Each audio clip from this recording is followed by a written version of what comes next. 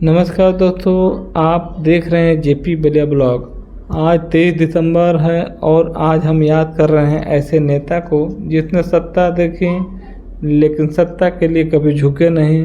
हम बात कर रहे हैं भारत रत्न, पूर्व प्रधानमंत्री और किसानों के सच्चे साथी चौधरी चरण सिंह जी का।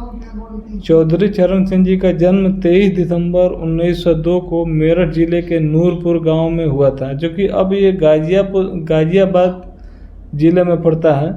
एक किसान परिवार में जन्म लेने की वजह से उन्होंने बचपन से ही खेत, हल, मेहनत और किसान की पीड़ा जरूर उन्होंने देखा था और समझा भी था उनके द्वारा। पढ़ाई में वे तेज थे। उन्होंने आगरा कॉलेज से बीएससी, एमए और फिर एलएलबी की पढ़ाई पूरी की थी। वकालत भी शुरू की, लेकिन अदालत की कोशिश से ज़्यादा उन्हें खेतों में पसरे किसानों की तकलीफ ही ज़्यादा उनको दिखती थी। यही वजह रही कि उन्होंने वकालत छोड़ दी और किसानों के लिए राजनीति का रास्ता चुना था। सबसे पहले साल 1929 में वे कांग्रेस से जुड़े और 1930 में गांधी जी के नमक सत्याग्रह में हिस्सा लिए। यही वह दौर था जब वे पहली बार जेल गए थे। जेल उनके लिए सज़ा नहीं बल्कि संघर्ष की पाठशाला थी। यहीं से चौधरी चरण सिंह जी का एक आंदोलनकारी और जन चेतना के रूप में उभरने लगे थे कि वे राजनीति को सत्ता का साधन नहीं, सेवा का माध्यम समझते थे और किसान की पीड़ा वो खुद अपने ऊपर समझते थे। 1938 में उन्होंने किसानों को अनाज व्यापारियों के शोषण से बचाने के लिए कृषि उपज विपणन से जुड़ा विधेयक पेश किए थे। उस समय इसका कड़ा विरोध भी हुआ था और यह कानून बहुत साल बाद 1964 में जाकर पास हो सका। लेकिन चौधरी चरण सिंह पीछे नहीं हटे।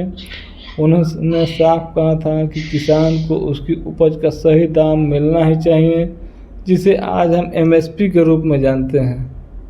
1939 से 1946 के बीच में मेरठ जिला कांग्रेस कमेटी के अध्यक्ष और महासचिव भी हो रहे।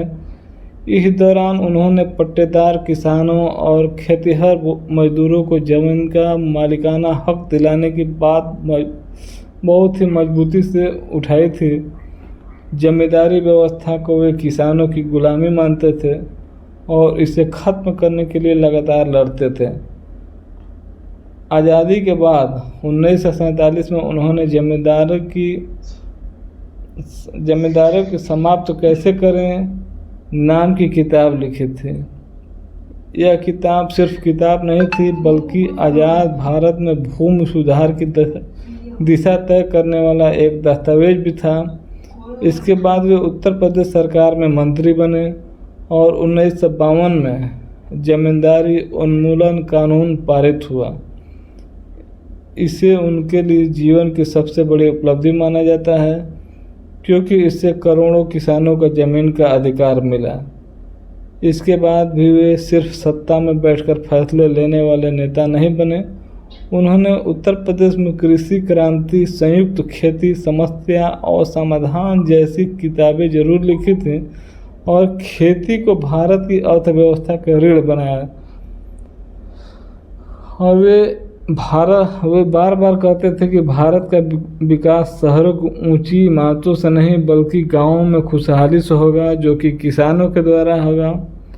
और किसान की पीड़ा वो खुद अपने से समझते थे। यही कारण है कि 1959 में किसानों और उनकी नीतियों को लेकर कांग्रेस से मतभेद बढ़े तो उन्होंने मंत्री पद से इस्तीफा दे दिया। उनके लिए कुर्सी से ज़्यादा जरूरी सिद्धांत थे। 1964 में उनकी किताब भारत की गरीबी और इसके समाधान आई, जिसमें उन्होंने ग्रामीण भारत की बदहाली और सरकारों की नाकामियों को खुलकर सामने रखा।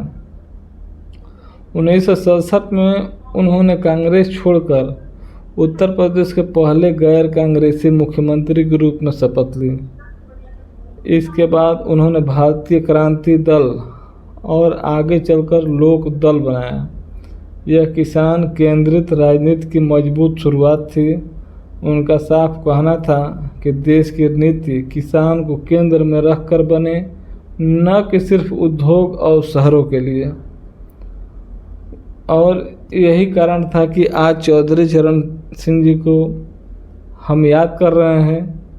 1975 में आपातकाल के दौरान भी उन्हें 2 साल तक जेल में रहना पड़ा, लेकिन उन्होंने कभी झुकना नहीं सीखा।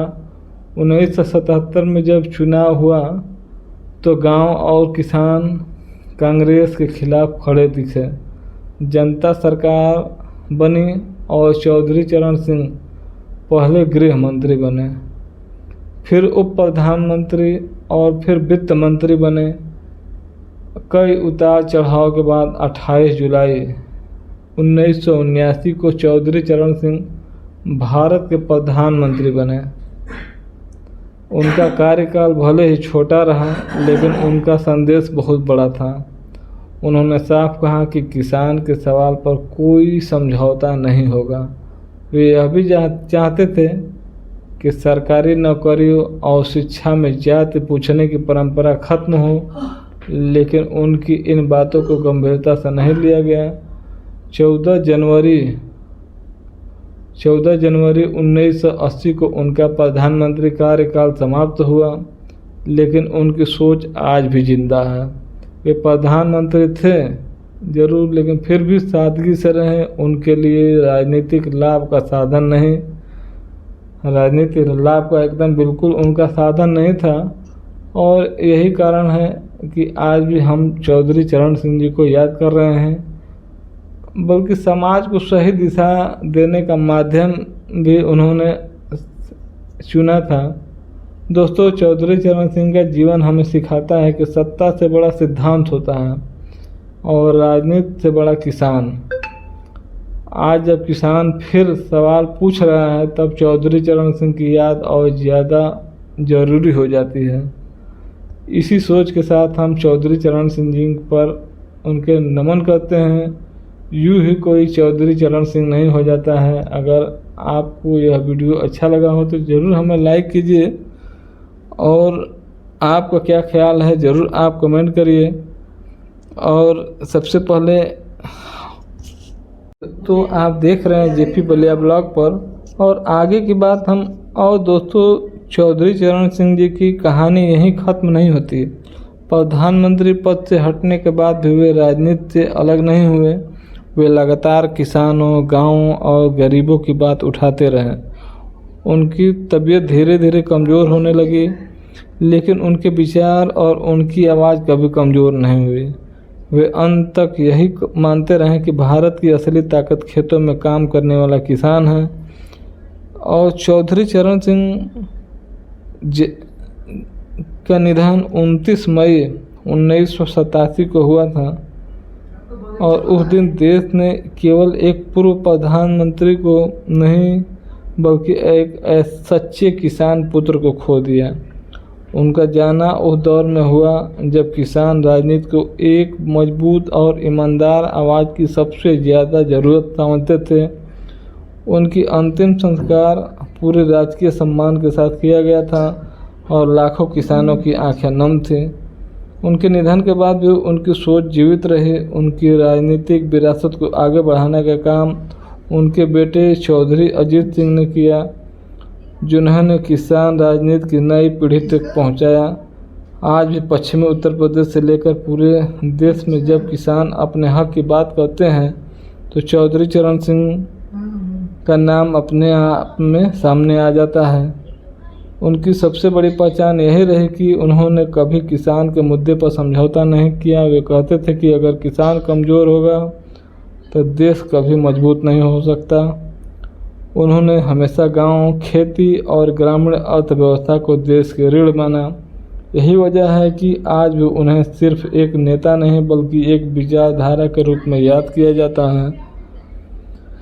आज के समय में जब खेती संकट से गुजर रही है, जब किसान लागत और दाम के बीच फंसा है, तब चौधरी चरण सिंह जी की सोच और ज़्यादा प्रासंगिक हो जाती है। उनकी ज़िंदगी हमें सिखाती है कि राजनीति अगर ईमानदारी से की जाए तो वह समाज को बदल सकती है। दोस्तों, चौधरी चरण सिंह की मृत्यु भले ही 1987 में हो गई थी, लेकिन उनका विचार आज भी जिंदा है, खेतों में, गाँव में और किसानों के संघर्ष में। यही कारण है कि हर 23 दिसंबर को जब उनका जन्मदिन आता है तो हम मनाते हैं। तो असल में हम किसान के सम्मान का दिन मानते हैं ये। इसी भाव के साथ हम उन्हें एक बार फिर नमन करते हैं। चौधरी चरण सिंह अमर रहें, अपने विचारों में अमर रहें और संघर्ष में, और हर उस किसान के दिल में जो मेहनत